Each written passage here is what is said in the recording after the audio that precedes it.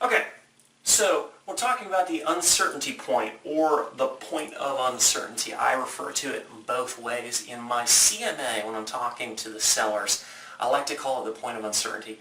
I don't know why, it just flows off my tongue better, but the acronym for uncertainty point is better, the UP. Okay, so use it both ways, you get the idea, all right? So we're calculating the UP, the uncertainty point. Now, as I had mentioned previously, this is really just the average adjusted value, okay? So, and maybe you're not making adjustments, and that's fine. You know, it differs with different markets. You don't have to make price adjustments from your comps in order to get this figure. You can just take them and average them. Okay, so let's say, for example, that we've got 6 comparables. Okay. Actually, you know what? To make this easy, we're just going to do 3. All right. And we've got, to keep the math simple, we've got 100,000. We got 150,000, and we got 200,000. If you notice, I'm just doing this so I can do it in my head, all right? I'm not a math whiz here. All right, so we've got adjusted values, or we've got sales prices in the neighborhood for similar homes. One of them sold at 100, one of them sold at 150, one of them sold at 200. Obviously, a really unusual scenario. You're probably not going to have that happen, but this is just for demonstrating, okay? So what ends up happening here is when you average this out, you're coming up with, of course, an average of 150,000, okay? So that becomes your point of uncertainty. Now, here's what I do with this. I plot it out, all right, so they can see it, all right? So you take these 3, average them together, you get an average of 150. All right, that's your point of uncertainty. Now over here, you've got the highest adjusted value. All right?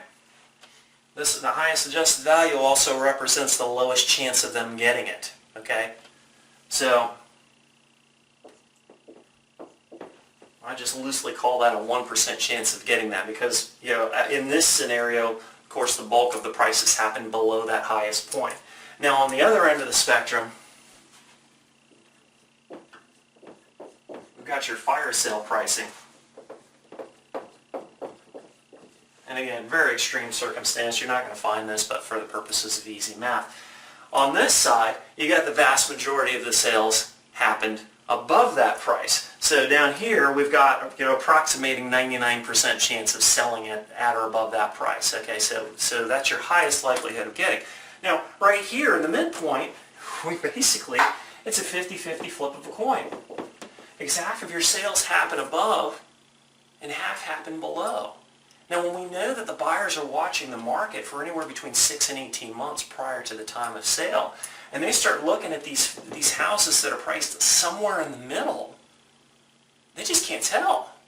That's why I call it the point of uncertainty. When you're dead on the average number, half the sales have happened above, half the sales have happened below. Is it a good price?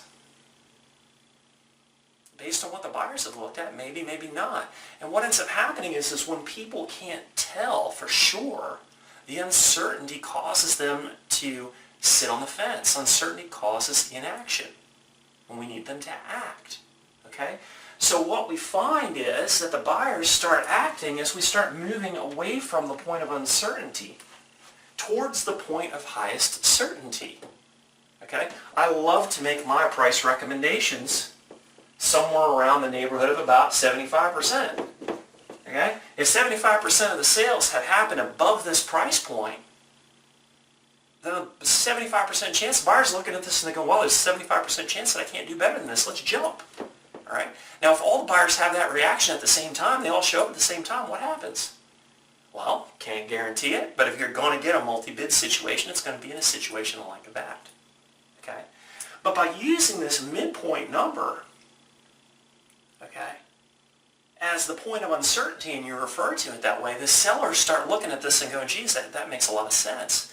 Okay? And they stop wanting to go for this high figure here because they see that all the stuff has happened below that. So they're looking at that and they understand that that's the outlier scenario. Okay? and they start realizing that this midpoint number, the one that represents the average, yeah, it makes total sense. Half have been above, half have been below. You can't argue with that. It's math.